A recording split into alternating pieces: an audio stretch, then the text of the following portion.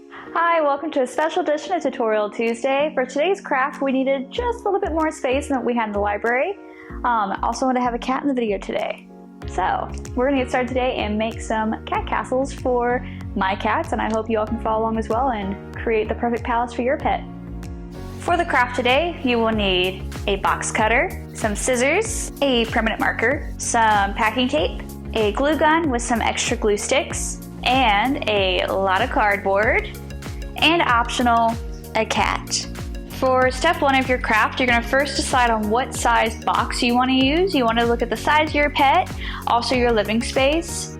For step two, you wanna make sure you lay out your cardboard box on a flat surface. I'm using my coffee table right now. For this next step, we're going to draw on some doors and a window. Draw a window so they can survey their kingdom. And there we have our doors and our windows on our first box.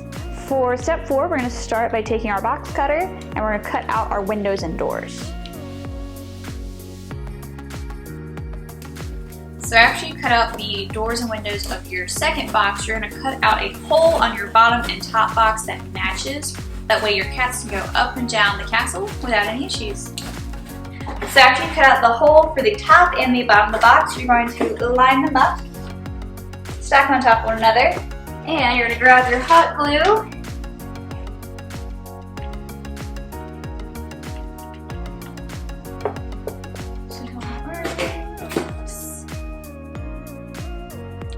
Now that we have the structure and foundation of our castle ready, now we're going to add a border to the top of our castle to solidify that this is our cat's palace. Once you've added on your decoration, you continue to decorate and add some scrapbooking paper, or you can paint if you want to. I'm going to go ahead and see what my cats think of this. To begin that, I'm going to put a cat bed in the bottom part of the castle here with some cat toys to see if McMuffin or my other pet Sesame will be interested in that.